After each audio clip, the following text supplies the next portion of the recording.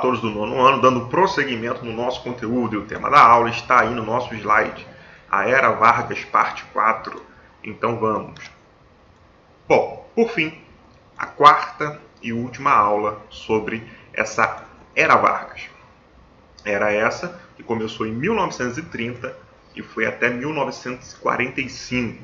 Vimos muitos desdobramentos, vimos muitos desenvolvimentos dentro desse contexto, em várias fases dessa Era Vargas. Porém, nesta aula, estudaremos um pouco sobre a economia e, por fim, o desfecho, o final dessa ditadura e também dessa Era Vargas. Bom, a economia brasileira.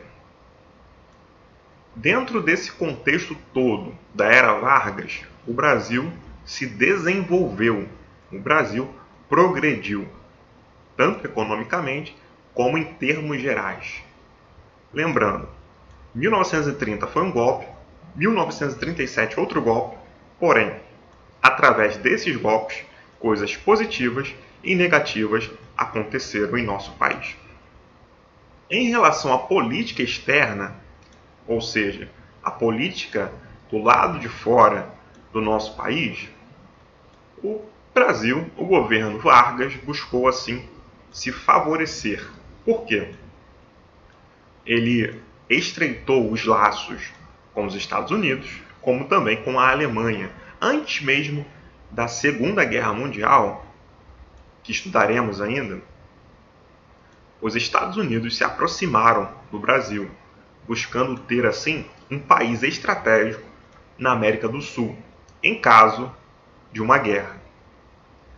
Também, a partir de 1930, o Brasil começou a manter relações comerciais com a Alemanha. O Brasil assinou acordos de comércio com a Alemanha.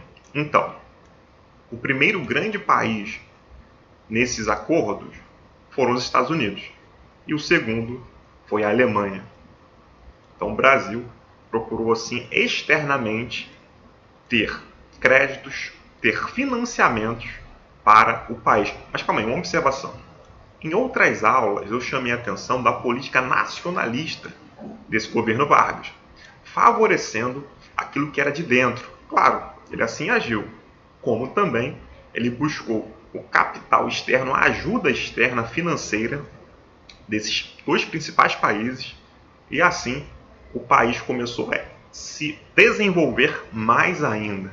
Então, o governo Vargas privilegiou as questões internas do país, o desenvolvimento interno, mas não desprezou a ajuda financeira vinda de fora. Em 1938, teve aí a criação do Conselho Nacional do Petróleo, onde teve o início para a nacionalização do petróleo, porque esse conselho buscava assim regulamentar a exploração do petróleo no país. Então isso se iniciou em 1938. A partir da década de 40, se teve um discurso muito forte para a questão do petróleo é nosso. Existiam pessoas que falavam a favor dessa questão da exploração do petróleo, no caso, pelo Brasil apenas, que o Brasil viesse ter um monopólio. Como também existiam pessoas que eram favoráveis que essa exploração viesse ser feita por outros países. Então, existiram militares a favor, pessoas contra, dessa questão da exploração do petróleo. Quando se fala em petróleo, vem logo à nossa mente a questão da Petrobras. Porém, ela não foi criada dentro desse contexto, mas sim, a campanha O Petróleo é Nosso começou a partir aí da década de 40 para resolver essa questão da exploração do petróleo, porque foi encontrado petróleo assim na Bahia. Então, foi uma questão também estratégica, já que o petróleo, além de ser essa fonte energética, também é uma questão de matéria-prima muito importante para o desenvolvimento de um país, desenvolvimento econômico de um país. A estatização da economia. Bom, a economia sendo estatizada significa que o Estado, o governo, vai ter uma intervenção muito forte dentro dessa economia, e foi isso que aconteceu. Então, nos primeiros anos da década de 1940, foram criadas várias companhias. A Companhia Vale do Rio Doce, que serve para exportar e também extrair o minério de ferro, essa existe até hoje e o nome está reduzido, é apenas Vale. A Companhia Hidrelétrica do São Francisco, justamente para trabalhar com essa questão da geração de energia e fornecimento, muito importante também para o Estado dentro desse contexto. E a Companhia Siderúrgica Nacional, uma grande produtora de aço. Então essas companhias serviram muito para o desenvolvimento, contribuíram bastante para a progressão brasileira dentro dessa era Vargas. Eu coloquei uma imagem de um gráfico, crescimento da agricultura e da indústria no Brasil.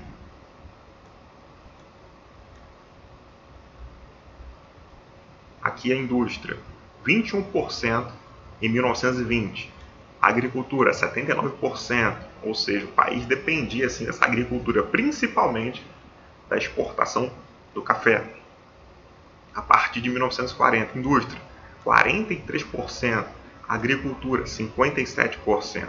Então, a agricultura diminuiu e a indústria veio crescendo.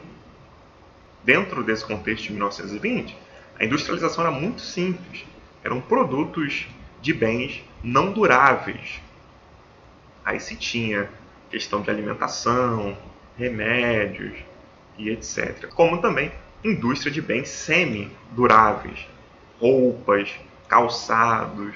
Então, a partir de 1940, as coisas mudam com a indústria de base, onde se pega a matéria-prima bruta e transforma em matéria-prima, um setor estratégico para o crescimento do país.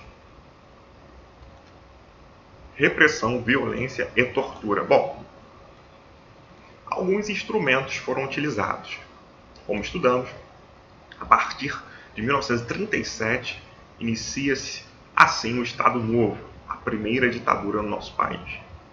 Existia um órgão também chamado DIP, que era o Departamento de Imprensa e Propaganda, que servia justamente para ter o controle das obras artísticas e fazer assim a censura. Outros instrumentos utilizados foram a Delegacia de Ordem Política e Social, conhecida como DOPS, e a Lei de Segurança Nacional. Essa delegacia, o DOPS, já tinha sido criada e já existia em 1924. Porém, a partir de 1935, com a intentona comunista, quando pessoas tentaram tomar o poder, inicialmente uma revolta que começou dentro dos quartéis, pessoas essas que eram comunistas, essa delegacia, o DOPS, passou a ter mais repressão, ou seja, a agir com mais truculência, já que, inicialmente, todas as questões de tensões sociais, agitações, coisas que aconteciam, essa delegacia, sim, cuidava dessas questões. Depois de 1935, eles passaram mesmo a ter uma espécie de controle de repressão maior sobre essas tensões sociais.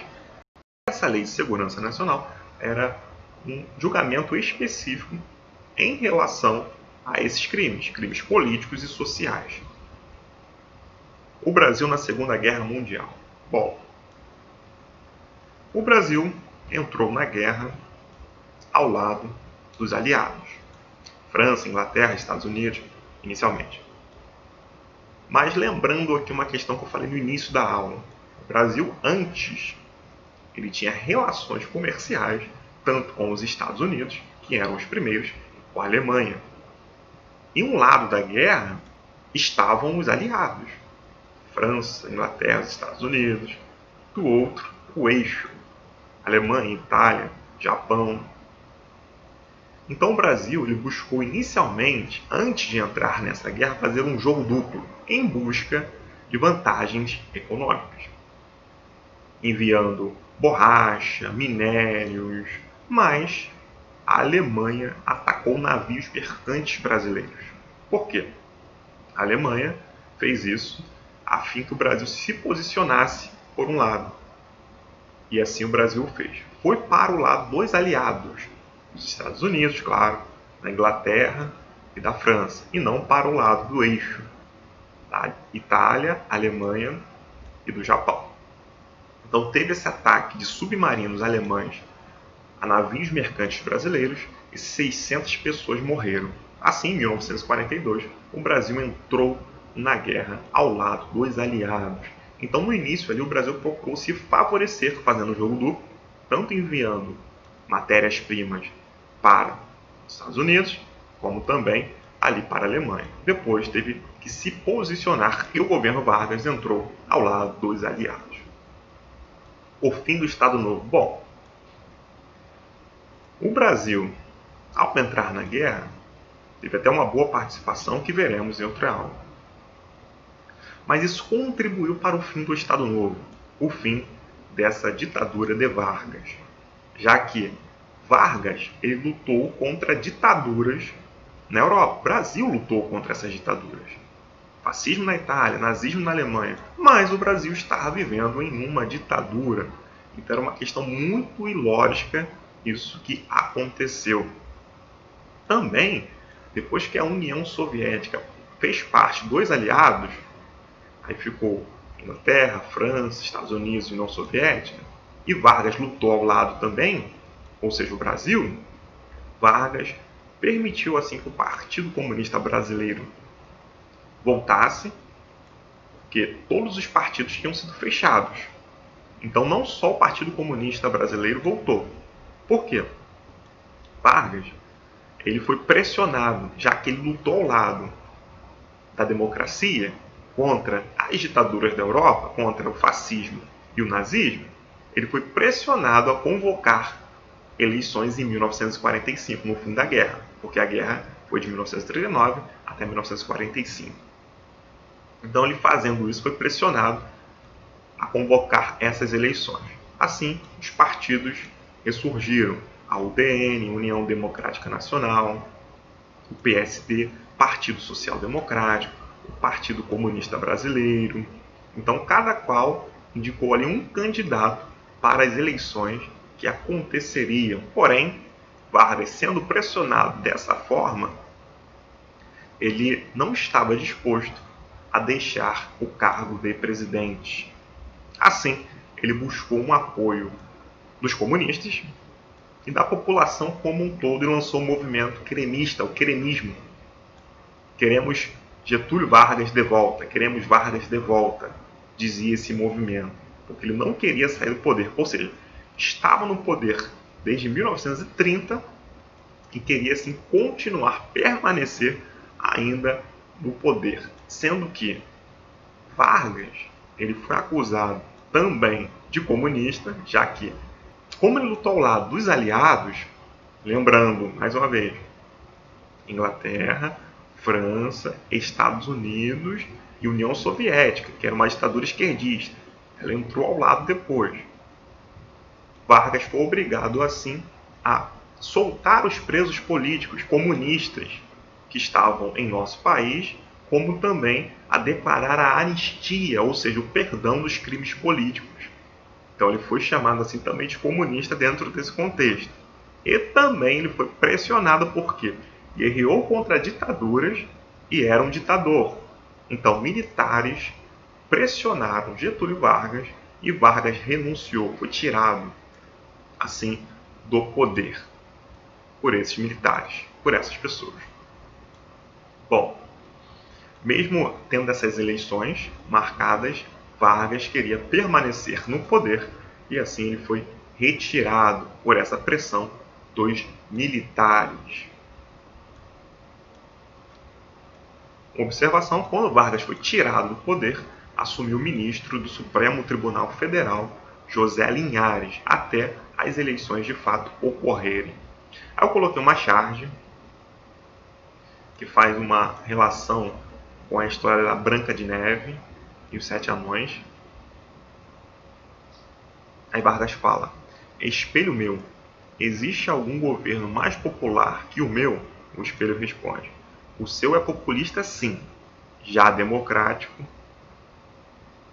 No caso, na Branca de Neve, quem faz isso é a bruxa má.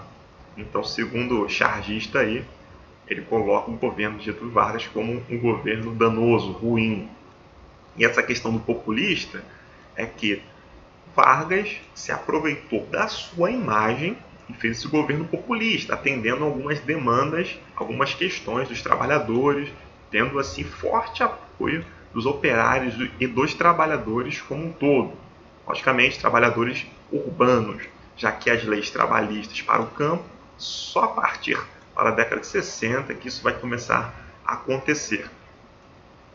E essa questão de ser populista é justamente isso. Vargas foi um centralizador do poder, mesmo tendo apoio popular. Agora, democrático, ele não foi. Sempre ele mostrou essa questão mesmo de centralização do poder na sua pessoa. Eu coloquei outra imagem que vem do livro A Juventude do Estado Novo.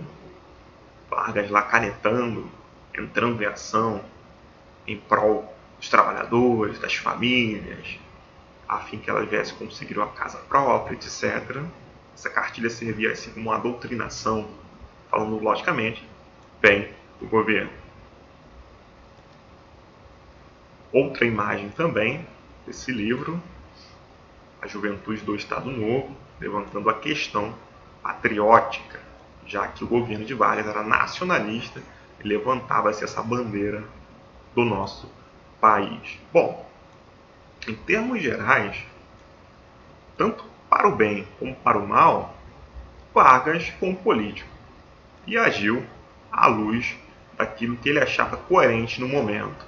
Mas, do meu ponto de vista, Vargas foi um dos presidentes mais importantes do país e um dos melhores na minha visão, mesmo tendo várias etapas do seu governo, mesmo sendo ditador, trouxe um desenvolvimento para o país, trouxe uma progressão para o nosso país. Fim. Bom, gente, espero que tenha ficado claro. Até o próximo vídeo. Valeu!